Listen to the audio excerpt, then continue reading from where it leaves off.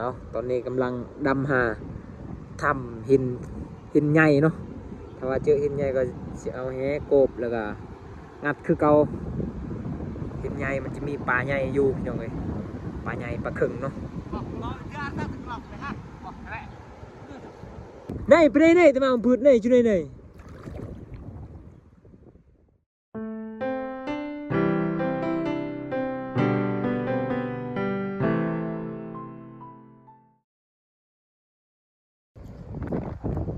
เอากราบทักทายสบายดีพ่อแม่พี่น้องเนาะมื้อนี้ก็ยินดีต้อนรับเข้าสู่ช่องบอกคนชนบทคือเก่าพี่น้องเอ้ยมื้อนี้ก็มางัดหินคือเก่าเด้อพี่น้องเด้อนี่อยู่4คือเก่าเนาะวันนี้ก็มากัน4คนเนาะวันนี้เนาะเมื่อวานนี่มา5คนวันนี้มา4คนพี่น้องบรรยากาศฮอดคือเก่าเนาะไปพี่น้องไปรับชมกันว่าวันนี้สิได้จักโตเนาะแต่ละมือก็มีแต่แบบนี้แหละพี่น้องเอ้ยตามเขตชนบทการใช้ชีวิตของบอคอนแบบนี้แหละหาเสากินค่ำไปพี่น้องเอ้ยมาเมื่อนี้เราสิมางัดหินอยู่แกงนี่อีกเนาะอยู่แกงแกงใหญ่นี่เมื่อวานนี้แม่นงัดพูดอยู่ลุ่มแค่ลุ่มพูดพี่น้องวันนี้ก็เลยมางัดต่ออยู่เทิงพี่อีกเนาะแล้วก็เจอน้องน้อยตึกเบ็ดได้บ่ปลาบ่บ่ได้เลยได้ก็ปิ้งกินแหละ ปิ้งกินแล้วบ่ข้าวทองเลยปลาเข้าท้องแล้วบ่ข้าวทองเลย เอาแม่นี่ลองเบิ่งนี่กินเลยตัวหนึ่งก็ไม่ได้เลยกินเลย ไปเบิ่งทีมงานเฮาวันนี้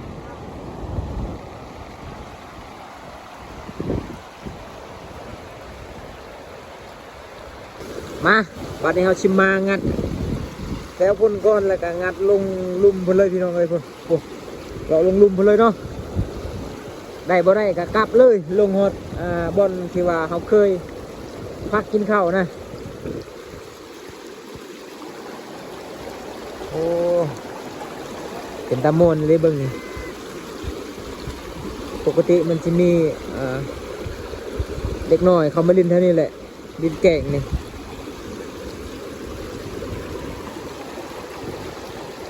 มาพี่น้องมามื้อนี้บางคนบ่ได้ดำน้ำแล้วมื้อนี้หนาวเพราะว่ามื้อนี้ลงมาสวยๆเลยเนาะประมาณ1 โมงแล้วลมมันก็แห้งเนี่ยหนาวพี่น้องเอ้ยบางคนรู้สึกหนาวแล้วเนาะเลยมาส้มเขาเจ้าก็ซื้อเบิ่งนี่งามนี่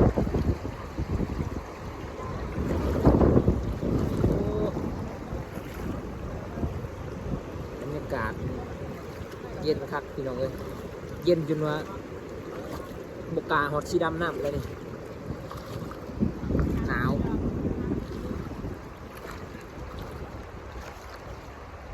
นี่เอานี่แต่ถ่ายคลิปซื่อๆแนวหลับเลย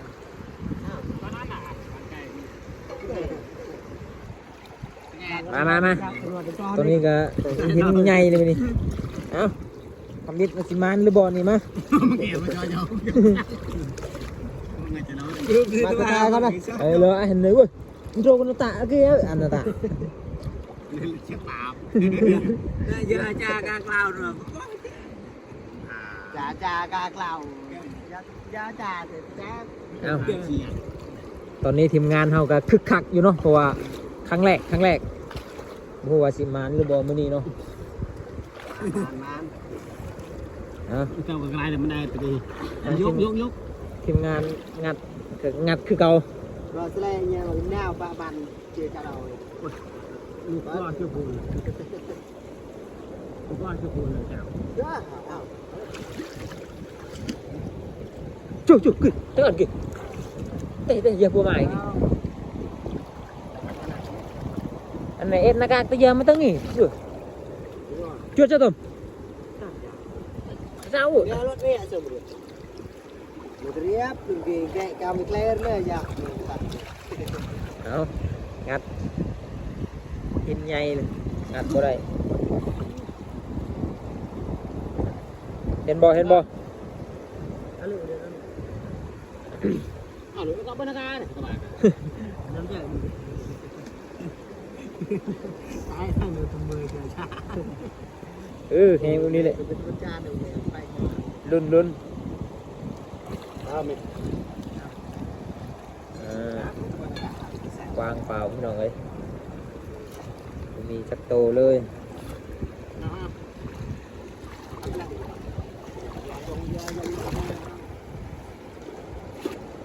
bao nhiêu chục nào เอาหาหินไหมบัดนี้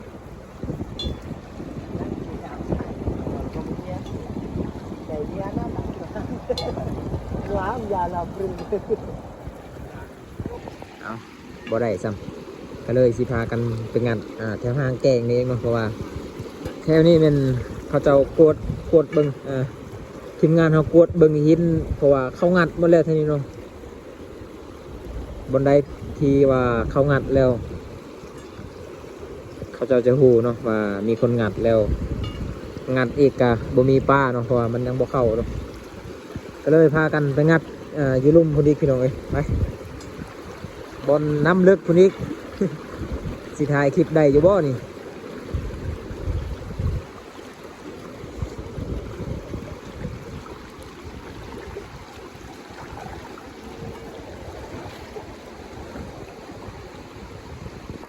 ตอนนี้ก็ได้เลาะมาตอนทางแกงเลยพี่น้องเนาะ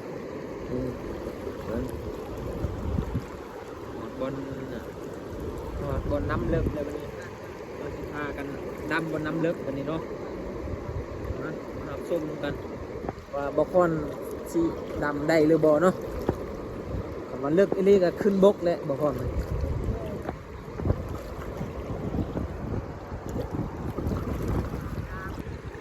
ตอนนี้เจอหินใหญ่อีกแล้ว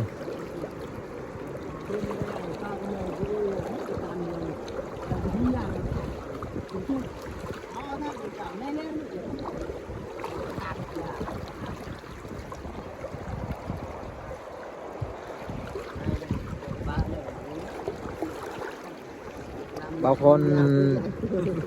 บ่ฮู้ว่าเขาลมกันเรื่องยังเนาะบ่ฮู้ภาษาเขาเนาะ เขาสิลมยังกันแล้วแต่เขาเนาะ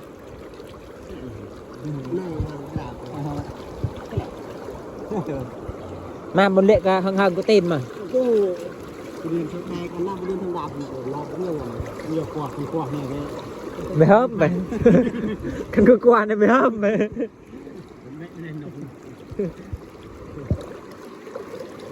ไปงัดนี่วันนี้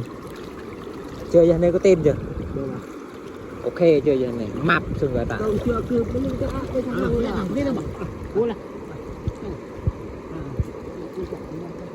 โอ้ใหญ่ได้หินตัวนี้ได้ นี่นั่งอยู่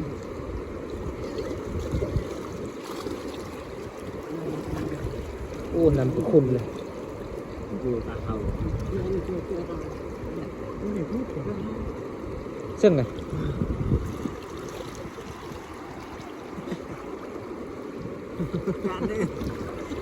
อะไรกี่กระมันก็เขียนเดือนก็เขียนต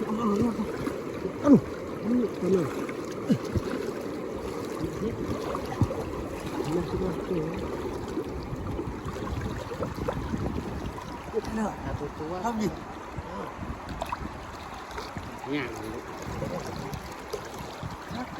ปลาใหญ่พี่น้องยังบ่ออกเนาะเข้าขึ้นอีกเลย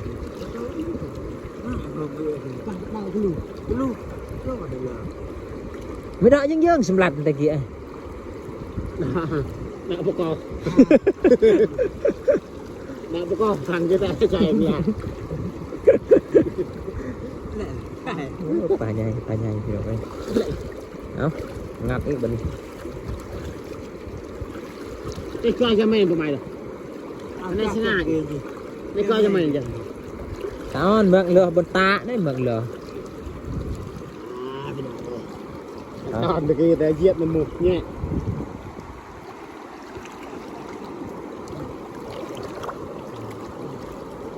ปลาใหญ่ปลาใหญ่จับมันบ่ได้เนาะมันออกมาเมื่อกี้นี่นี่จานเอาเก็บตัวเก็บตัว เรื่อยลูก เยอะเยอะ เอาลูกเรื่อย โอ้ปลาใหญ่ปลาใหญ่เยอะเยอะ เดี๋ยวเจอตาหอมนั่งไป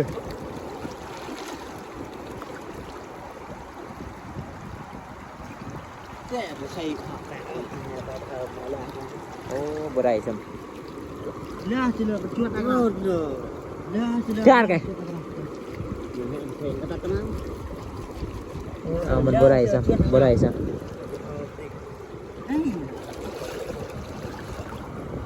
เลือดไก่ ำอ๋อได้แล้วนี่ ก็คือมันทำหนึ่งยูยวน ปลาย่างอะไร ตามเนียครับใน ปลากระดาษหรอไง ปลาถัก ปลาเค็งปลา ปลาแข็งเนา ปลาซื้อเนาะปลานี่เป็นปลาหนวดปลายังนี่นี่เห็นบ่นี่ ปลาหมูปลาแขว อ๋อก็ได้ตัวหนึง ล่างลึก เบิ่งดูเบิ่งสิพาปลาดูโอ้ น้อย สุดยอดสุดยอด ครับเนี่ยสุดยอดจ้ะ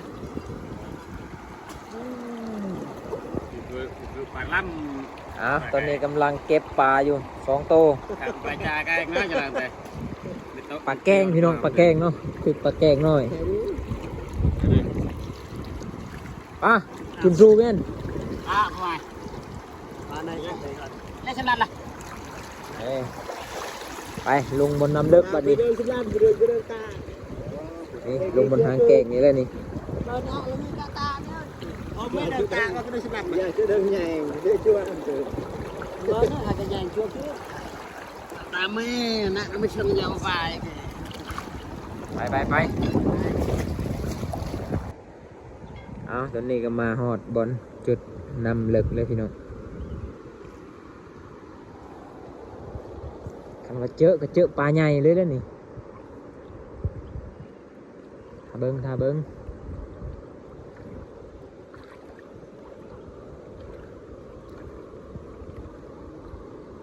ต้มเน่มากลางเน่คือปืดเน่มากลางเน่เรียบไอ้คือมุดคืองีดเตียงแกเพิ่มคืบกันไปไหนปืดกลองๆนะเอาตอนนี้กำลังดำหาทำหินใหญ่เนาะถ้าว่าเจอหินใหญ่ก็จะเอาแหโกบแล้วก็งัดคือเก่าหินใหญ่มันจะมีปลาใหญ่อยู่พี่น้องเอ้ยปลาใหญ่ปลาขึงเนาะ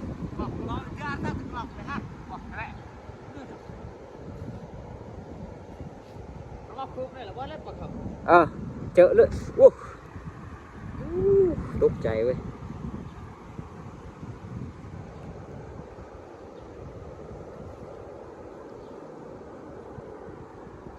นี่ไรบ่เจอถ้ำบ่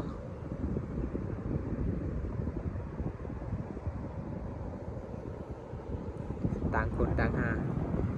ถ้ำหาหินใหญ่พี่น้องเข้าไปไปไหนแต่มาพืชไหนจุดไหน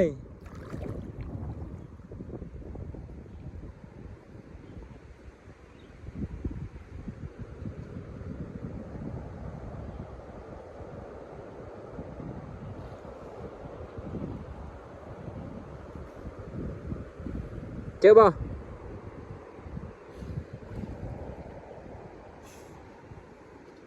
ใช่เนื้อของเราปอกมันยั่ว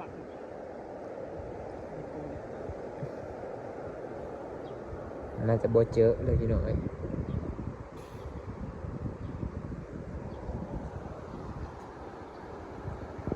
เดี๋ยวจ้าดอกแซงมันได้หนูหัน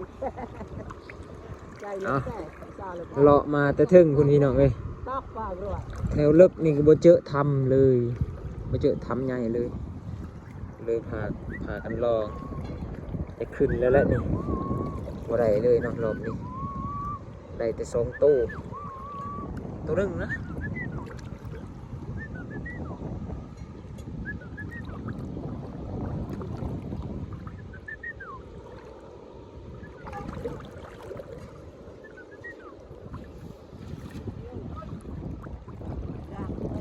ตอกเชิง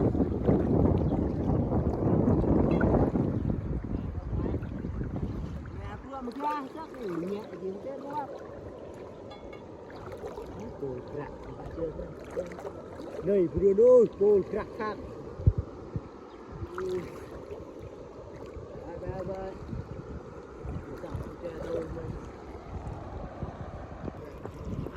ตอนนี้ก็สิพากันขึ้นแล้วเนาะเพราะว่าบ่ได้สามพี่น้องเลยแล้วก็หนาวเนี่ยเนาะมาประมาณ1 โมงแล้ว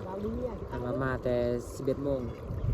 12 โมงนี่ใครๆเนี่ยอันนี้1 โมงปลายแล้ว2 โมงยังลมพัดแห้งก็เลยหนาวเนี่ยเนาะรู้สึกขี้ขาดเนี่ยหาทับมันก็เลยบ่ได้จักโตได้อยู่2 โตบ้าน้อยโอ้ย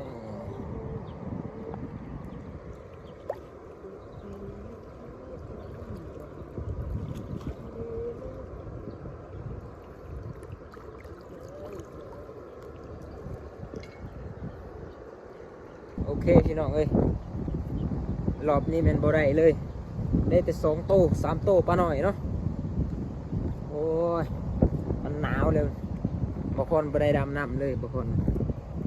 หนาวเลยถึงว่ามันสิแดดแต่ว่าลงน้ำนี่โอ้ยังเย็นอยู่ลมมันแห้งโคตรพี่น้องเอ้ยตอนนี้บางคนก็สิย่างไปเอาเกือบก่อนนะมาปะอยู่เทิงพี่มาปะอยู่เทิงพี่แล้วก็ลงก็เลยได้ย่างมาเอาเกือบอีกพี่น้องเอ้ย